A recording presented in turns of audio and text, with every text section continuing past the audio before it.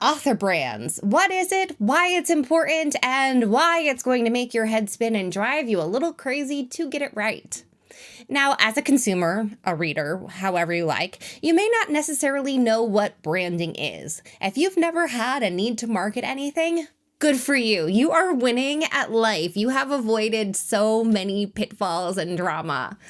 Yay, no marketing. But for those of us who have to market, or for people who want to learn about marketing, a brand is something that encompasses everything you want people to know about your product, or in the case of an author, about you. For authors, when you're thinking of your brand, it's really how you're presenting yourself to readers, to publishers, to literary agents, to people who you want to buy slots in their newsletter and you're just begging BookBub to let you break in just once. That's what you're presenting to them. Now, in broader terms, brand is things like a Nike, just do it. We all know it's this cool little swoop, it's really sportsy, and people play basketball. Cool, we all know what Nike is, that's their brand. Or you can think of something like Apple Electronics. You have this sleek, cool technology that's all like blended, and there's like white walls and fancy tables and a Genius bar. And because it's so like cool, people will line up around the block for every product. And yeah, their phones are really cool and everything, but line up around the block to be the cool kid who has the new toy first. That is the beauty of branding. Now, an author brand, like other product brands, you want to have things like colorscapes, taglines. For me, the tagline that I use is Fantastic Worlds, Unlikely Heroes. You also want to have a little slogan. So for me, that's Escape into Adventure. Now, if you're just watching these videos, listening to this podcast, chances are you've never heard those things from me before. But if you go on my website, if you're on my newsletter, if you're on my social media, you will see those words there. And also, if you check out things like my Instagram, you will see that there is a lot of naturescapes. I love hiking. I love traveling. So with Fantastic Worlds, you are going to see me traveling the world, me hiking. All of my quotes and pictures like that are always on like oceans, mountains, things that imply adventure, because that's what fits with my author brand. Author brand also dives deeper. It goes into what colors you use on your website, the background on your website, the colors you use in your newsletter, the colors you use on your Instagram and Facebook. It goes into what fonts you use on Canva. And those things are all so that people recognize you. So if someone sees something from me, a little square on Instagram that has a quote on it, before they get to the From Ember and Stone by Megan O. Russell, it already has that landscape, that lush feel, and it already has Rawway font because that's what I always use. So if they're scrolling through, hopefully once they've seen enough of my posts, they'll go, oh, it's Megan O. Russell, and they'll stop and read the quote, knowing that it's something that they want before they've actually used the brain calories to digest the words I have put on that image. So it's creating an experience that contains continuity. That's fancy, for your audience so that they always know what to expect, they can be drawn to it, and they know what they're looking for. Author brand also dives into who you are as a person, how you present yourself to the public. So let's say Joanna Penn. She is bright, she is happy, she is very intelligent and well educated. She is the woman with the answers and she will give them to you cheerfully. You can see that on her website. Her picture is very personable. Her colors are bright. Everything is easy to read. Then if you go to someone like Lee Child with the Jack Reacher series, everything is dark. It is gritty. It is stark. There are no extra words on his website. It is all so streamlined. Then go to someone like Rainbow Rowell. If you go to their website, it's all very modern, very cool. And even the Rainbow Rowell covers across all the series actually have the same sort of cartoonish, cool kid vibe. Even the site has that cool kid vibe. Everything blends together. So Rainbow Rowell has created a brand for all of their books. All of them. I kind of missed the boat on that one. But if you can do it and you start soon enough, that's great. My brand, aside from Fantastic Worlds, Unlikely Heroes, I try to keep it the same around all of my platforms and all of my books. So you can tell from my videos, I hope, we'll go with it, is that I am not the most serious of people. Everything is a little tongue-in-cheek. I am willing to laugh at myself. I am willing to laugh at the absurd, and maybe sometimes the not absurd that I shouldn't laugh at, but that's just a character flaw that I'm never going to get rid of. Sorry. I love traveling. So you see that with the travel pictures and the fantastic worlds. All of that comes together in that way. I love books. Obviously. Well, hopefully all authors love books. Maybe not. Well, we'll see. There are some authors who actually don't like reading. Weird. But so that comes into all of it as well. I have the fangirl. I have the traveling. I have the humor. And those all create my personal brand as an author. Now, that is not to say that my brand won't slowly evolve. For instance, I got 2 cats this year, so now I'm the crazy cat lady too. I'm like the FIP cat warrior trying to save all the cats from a horrible doom. That's new. That wasn't there before. So that part of my personal brand as an author is evolving with me. This year, social justice has also become a much more important thing. So while I've always been an LGBTQ plus ally, being vocal about that and racial injustice allyship has become very much more important to everyone. So I've become more vocal about it on my platform. Should have been more vocal all along, but can't fix past mistakes. Just going to go forward with it. And there are other things that I should have done better from the beginning as well. For example, I probably should have started a second pen name. P.S. Megan O. Russell isn't really my name. It's close enough.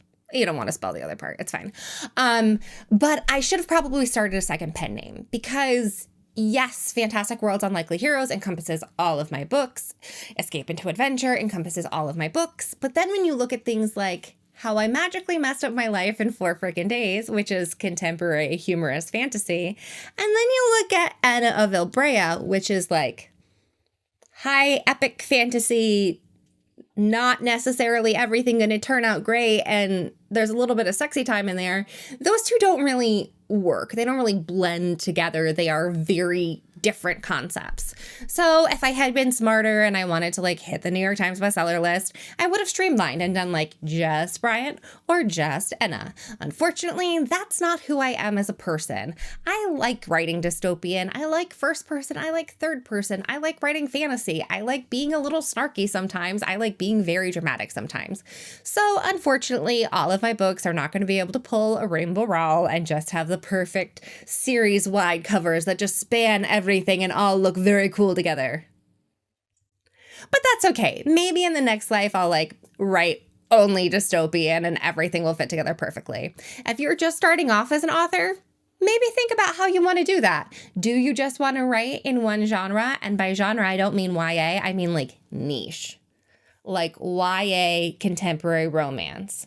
YA reverse harem fantasy romance. Like it gets nichey.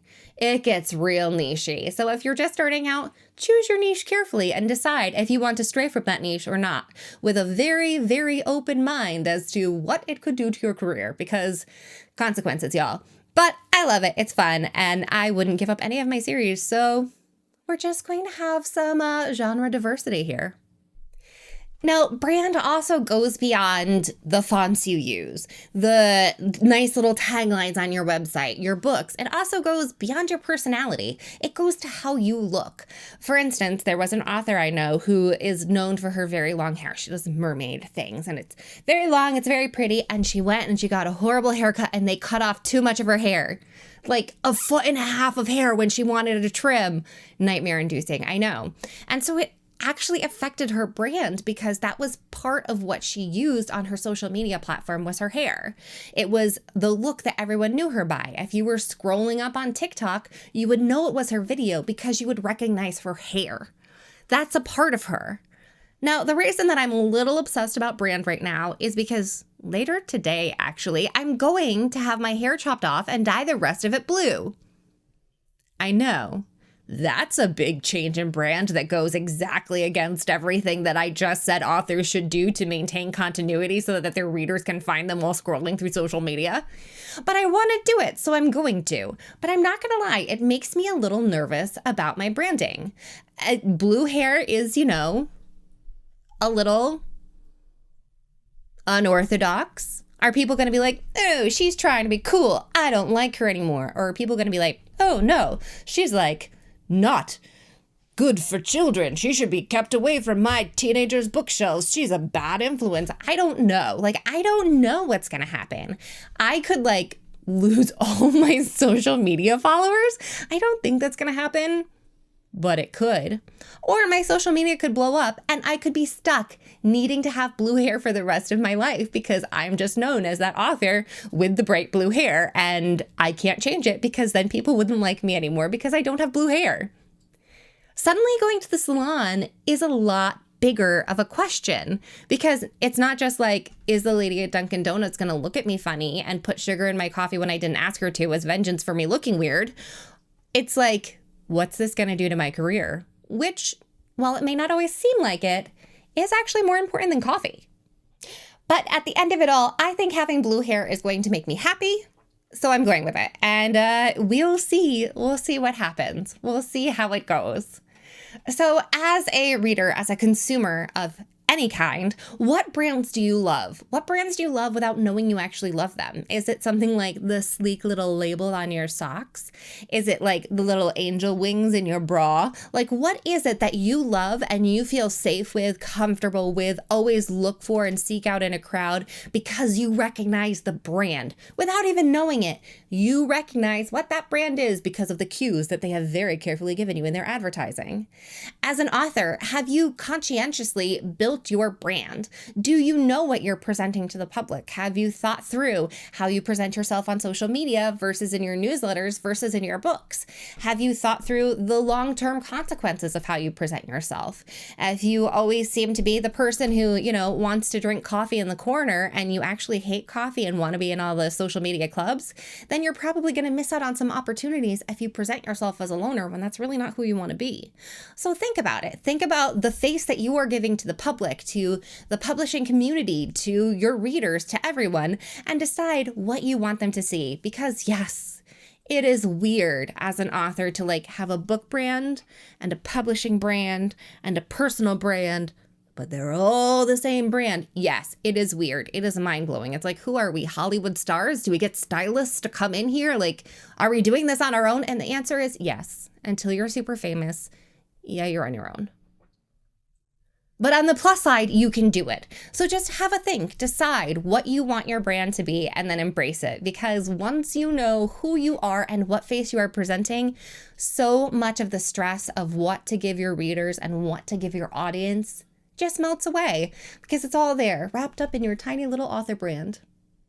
So let me know what brands you love, what brands you hate, and what you think of branding in the comments below. Or if you're listening to the podcast, hop on over to social media and tell me there. And, tell me what your author brand is if you're an author, because I would love to see what other authors are out there and how they are presenting themselves to the public. Until next time, bye-bye.